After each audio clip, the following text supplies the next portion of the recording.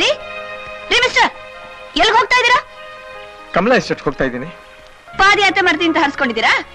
Kamala estate ಇಲ್ಲಿಂದ 6 mile ದೂರ ಇದೆ. ಏನ್ ಮಾಡ್ಲಿ, ನಾನು ಅಲ್ಲಿ ಹೋಗಿ ಸೇರ್ಲೇಬೇಕಲ್ಲ. ಬನ್ನಿ, ಡ್ರಾಪ್ ಮಾಡ್ತೀನಿ. ಥ್ಯಾಂಕ್ಸ್, ತುಂಬಾ ಉಪಕಾರ ಆಯ್ತು.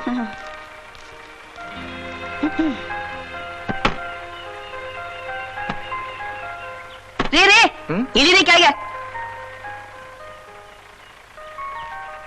ಏನು ನನ್ಗೆ ನಿಮ್ಮ ಡ್ರೈವರ್ ಅಂತ ತಿಳ್ಕೊಂಡ್ರಾ? ಬನ್ನಿ, ಇಲ್ಲಿ ಕೂತ್ಕೊಳ್ಳಿ. ಓಹೋ, ಥ್ಯಾಂಕ್ಸ್.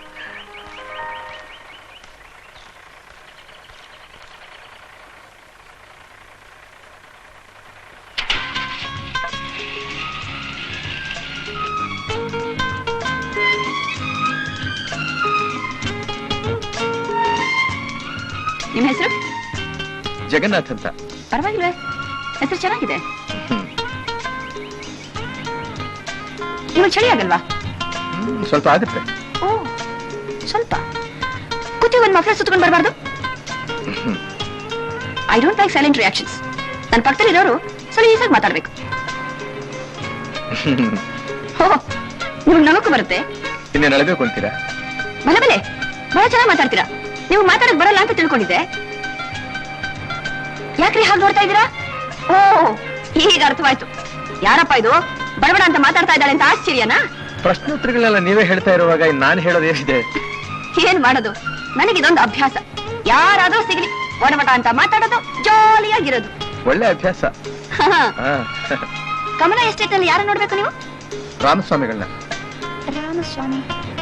ಓಹೋ, ಆ ಮೀಸೆ, ಆ ಎಡಬಿಡಂಗೆ, ಆ ಮನುಷ್ಯನೇ. ಅವ್ರಿಗೆ ಯಾವಾಗ್ಲೂ ಮುಗಿಂತದಲ್ಲೇ ಕೋಪ ಇರುತ್ತೆ. ಆ ಮನುಷ್ಯ ಹೇಗೆ ಗೊತ್ತು ನಿಮಗೆ? ಅವ್ರು ಗೊತ್ತಿಲ್ಲ ನನಗೆ. ಅವ್ರ ಮಗ ಮಹೇಶ ನನ್ನ ಕಾಲೇಜ್ ಮೇಟ್. ಮಹೇಶ? ಅಯ್ಯೋ, ಆ ಲೂಸು ನಿಮ್ ಫ್ರೆಂಡಾ? ನಿಲ್ಸಿ ಕಾರ್ನ. ಯಾಕೆ? ನಿಲ್ಸಿ ಕಾರ್ನ. ರೀ,